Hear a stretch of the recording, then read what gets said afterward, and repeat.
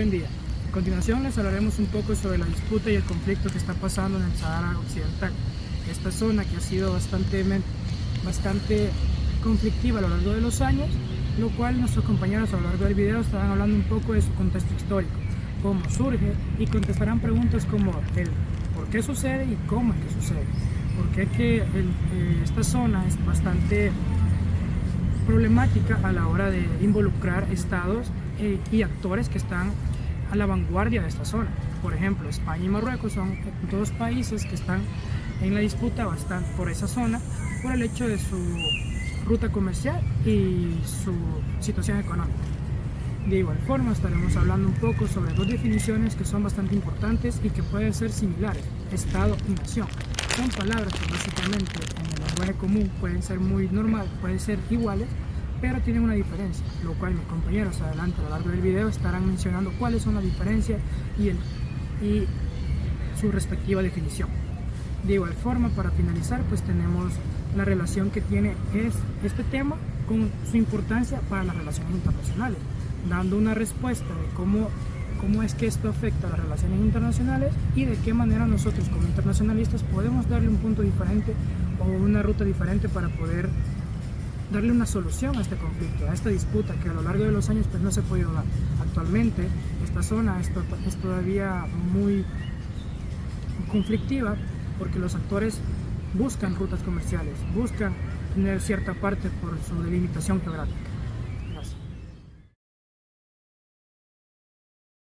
Repasaremos los antecedentes de la República Árabe Saharaui Democrática, pero no sin antes situarnos en el mapa al occidente del continente africano.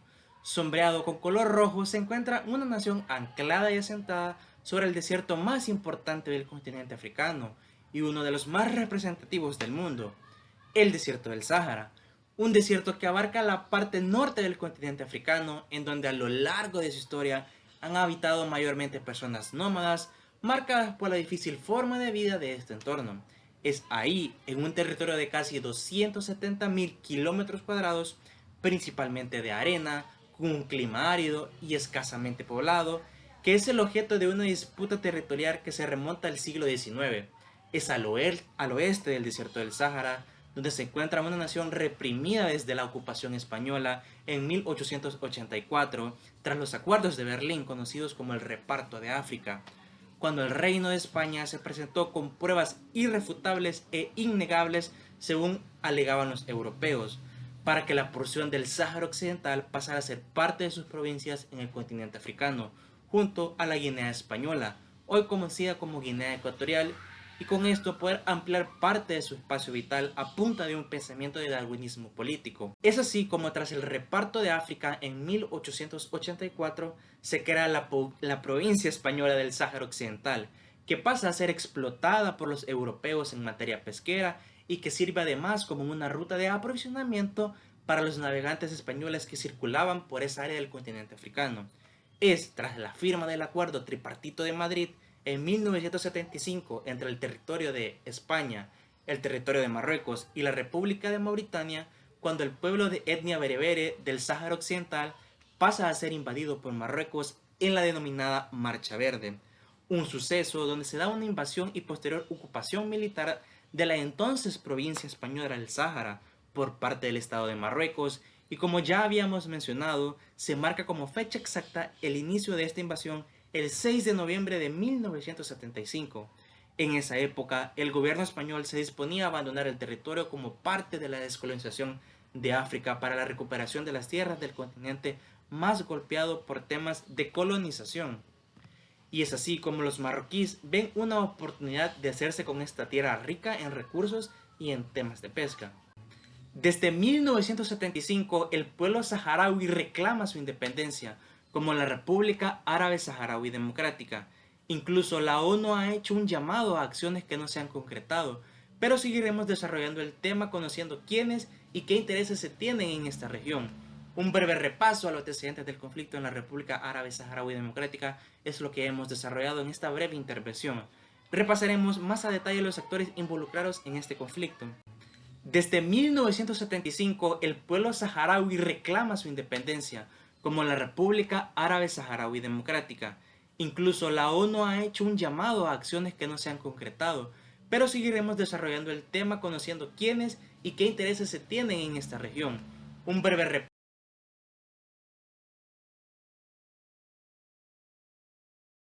El Sáhara Occidental es uno de los territorios bajo supervisión del Comité de Descolonización de las Naciones Unidas, ya que luego de 4 décadas el conflicto parece inmovilizado, con continuas violaciones a los derechos fundamentales del pueblo saharaui. En este contexto es crucial analizar los intereses y los roles de los actores involucrados en el conflicto por el Sáhara Occidental. Para comenzar, hablaremos sobre España. España habitó el Sáhara a finales del siglo XIX. Sin embargo, ciertos obstáculos dificultaron su efectiva colonización. En este mismo siglo, España perdió las colonias de Cuba, Puerto Rico y Filipinas en pleno imperialismo, causando la crisis de 1898. Posteriormente, España cedió el territorio a Marruecos y a Mauritania, tras la Marcha Verde de 1975. Más adelante, los gobiernos de la democracia española han querido mostrarse neutrales en este conflicto, ya que la relevancia de Marruecos en la política exterior española, por razones geoestratégicas y económicas, favorecen la neutralidad en este conflicto. En segundo lugar, tenemos el Frente Polisario, que aboga la independencia de Sahara desde 1973. Es reconocido por la ONU como representante del pueblo saharaui. Esto se debe a que la población ha mostrado un apoyo severo hacia ellos. En febrero de 1976, el Frente Polisario y el Consejo Nacional Provisional Saharaui fundaron la República Árabe Saharaui Democrática. El Frente Polisario comenzó su lucha armada contra los colonos españoles y la sostuvo luego oponiéndose a la ocupación mauritania y marroquí. Es el representante en el proceso de paz. En tercer lugar se encuentra Mauritania. Luego de la Marcha Verde y de los acuerdos de noviembre de 1975, Marruecos y Mauritania pasaron a administrar el territorio saharaui. Mauritania se estableció en la parte sur de la zona. Sin embargo, su debilidad no le permitió seguir enfrentando al Frente Polisario, que en 1976 bombardeó la capital de Mauritania, causando que el país africano abandonara el Sahara en 1979 y reconociendo a la República Árabe Saharaui Democrática en 1984. El papel de Mauritania en este conflicto pasó a ser secundario, pese a la calidad de observador junto con Argelia en el proceso de paz. Seguidamente tenemos a Marruecos. El Estado marroquí aboga su soberanía sobre el Sahara recurriendo a razones históricas. Constantemente se alega que el anhelo imperialista de Marruecos es la primordial razón de la ocupación del Sahara Occidental. Sin embargo, también hay intereses económicos en la región, dado que el Sahara es rico en fosfatos y en recursos pesqueros. La monarquía marroquí ha utilizado el conflicto saharaui como cortina de humo. Otro actor relevante es la ONU, que es uno de los autores del plan de paz elaborado para la zona en 1960. La Asamblea General aceptó la declaración sobre la concesión de la independencia a los países y pueblos coloniales en su resolución del 14 de diciembre de 1514.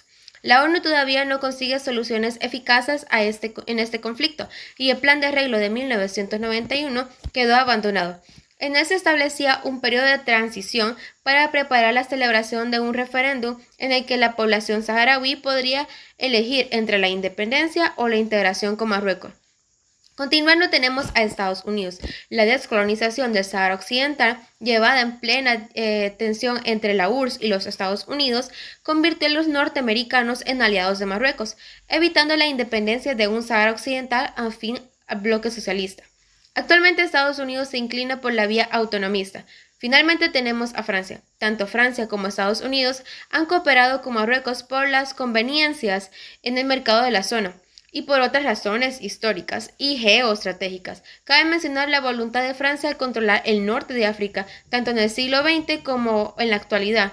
Recordemos que Marruecos fue una ex colonia francesa y por lo tanto le brinda apoyo.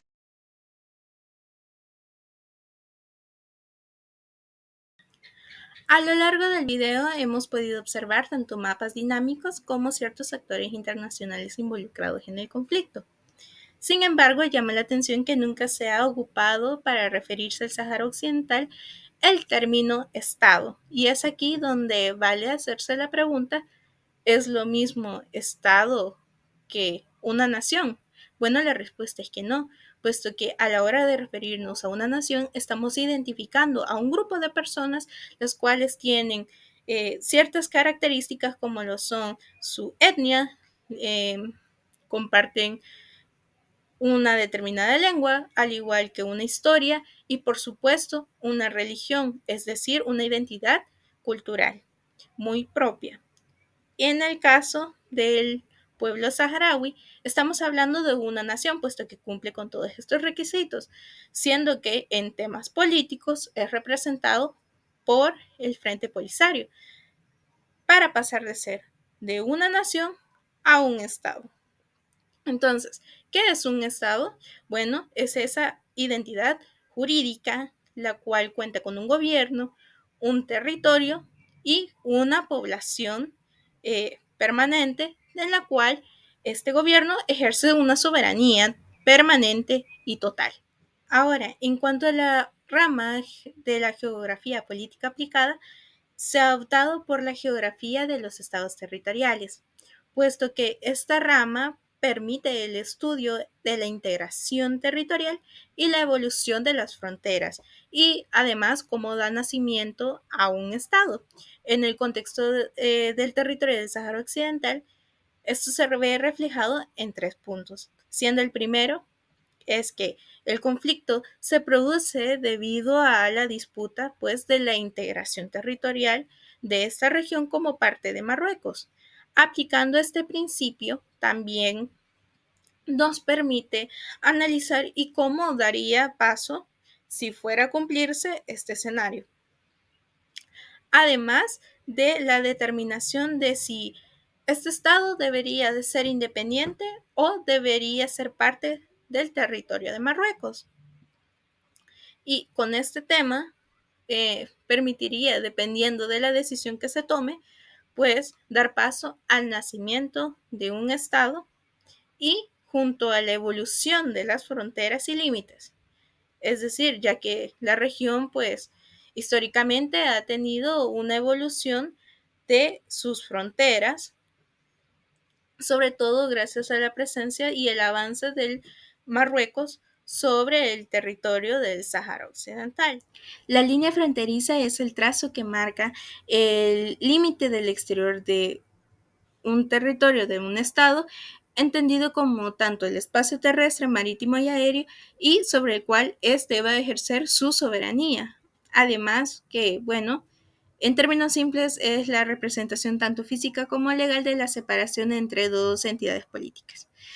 Y esta puede ser sujeta a modificaciones, acuerdos internacionales e incluso a disputas territoriales y regulaciones específicas. Con respecto a estas pueden sufrir modificaciones, pero el muro que divide el dominio de ambos bandos es considerado una barrera física que separa y divide el territorio y no como una línea fronteriza, puesto que no cuenta con dos aspectos, como es la separación física que no es legal y la segunda que la soberanía está en constante disputa. Por lo tanto, no se puede hablar del muro como una línea fronteriza. En cuanto a la región fronteriza, nos vamos a referir al área geográfica que rodea este muro y esta región fronteriza es un espacio donde convergen diferentes fenómenos.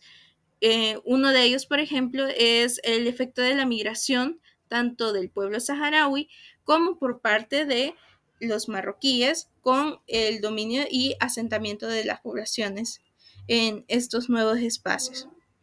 En cuanto al mar territorial y la zona económica exclusiva, bueno, de esta podemos hablar según la Convención de las Naciones Unidas sobre el derecho al mar. Los países que tienen soberanía sobre las primeras 12 millas del mar, millas náuticas desde su costa, conocido como mar territorial, donde pueden establecer una zona económica, y esta zona económica se establece a las 200 millas náuticas para extraer, administrar y hacerse bueno con comercialización a partir de los recursos que estén delimitados. Es así que, trasladando este concepto al caso del Sáhara Occidental, nos encontramos que los 1.400 kilómetros de costa atlántica y las aguas adyacentes al Sáhara Occidental están controladas por el Estado de Marruecos, que es uno de los principales productores de pulpo en todo el mundo. A esto, bueno, sin embargo, en las aguas atlánticas, si se hace la observación, de Marruecos no hay algún indicio o habitan esas especies. Es decir, entonces, que con el pulpo que se comercializa y con el que se beneficia a Marruecos es extraído de la zona exclusiva del territorio geográfico y marítimo del Sahara Occidental.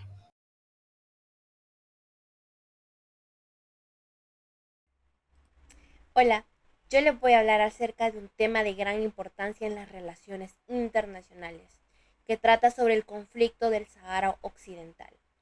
Esta región, con casi 270.000 kilómetros cuadrados de arena y población, ha sido un objeto de disputa territorial desde la década de los 70 del siglo pasado. Si bien en 1991 la ONU negoció una tregua que puso fin a 16 años de violencia, con la esperanza de celebrar una votación para poder resolver el estatus del Sahara Occidental. Sin embargo, pasadas 3 décadas, esta votación sigue sin llevarse a cabo y la situación se ha detenido cada vez más en este proceso. Si bien se dice que el Sahara Occidental se considera uno de los grandes conflictos olvidados a nivel internacional. Para entender la importancia de este conflicto en las relaciones internacionales, tenemos que tener en cuenta el contexto histórico y geopolítico. El Sahara Occidental, con sus vastos recursos naturales, es un punto de interés para diversos actores regionales e internacionales. Sus preciadas reservas de fosfatos y sus ricos bancos pesqueros lo convierte en un activo estratégico para la seguridad alimentaria y económica de la región. Además, su ubicación geográfica lo hace un punto de interés del comercio y la seguridad en el norte de África. Si bien la comunidad internacional ha intentado encontrar una solución al conflicto a través de las Naciones Unidas, pero los esfuerzos han sido inútiles.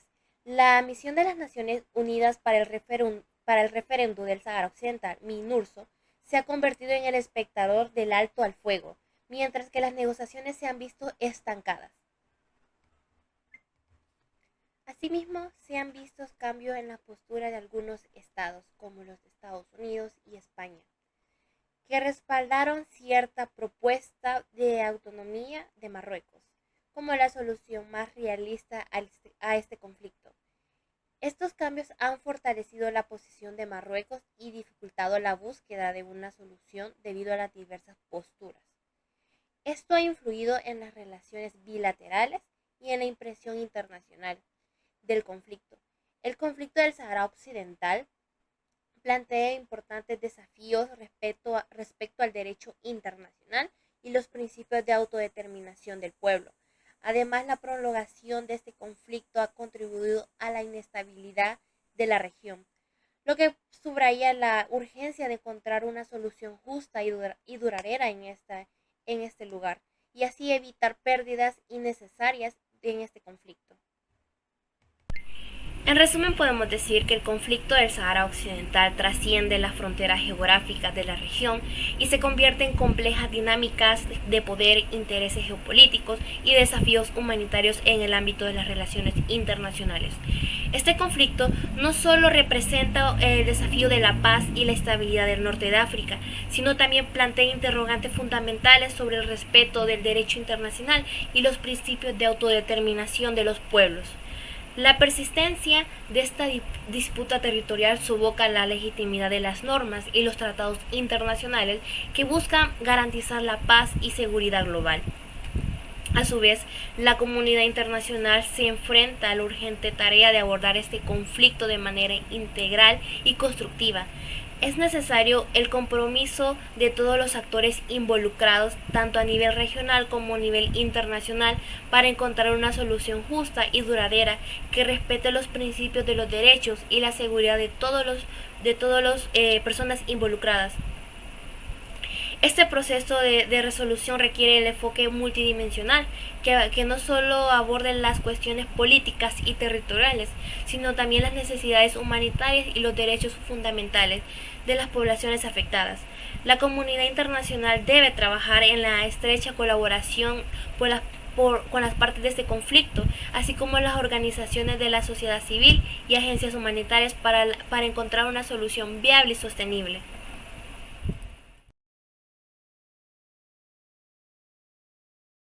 Para cerrar con el tema del conflicto del Sahara, vamos a dar un pequeño recorrido acerca de lo que se ha estado hablando. Tenemos que el conflicto del Sahara Occidental es un tema prolongado en las relaciones internacionales, con raíces en el siglo XIX y la división entre África y las potencias europeas. El conflicto tiene implicaciones para las relaciones internacionales, ya que plantea interrogantes de autodeterminación en el papel de los actores internacionales y en la resolución de las disputas. La cuestión del Sahara Occidental también pone de relieve las complejidades de la descolonización y los desafíos de equilibrar los intereses de las diferentes partes en una región con importantes recursos estratégicos.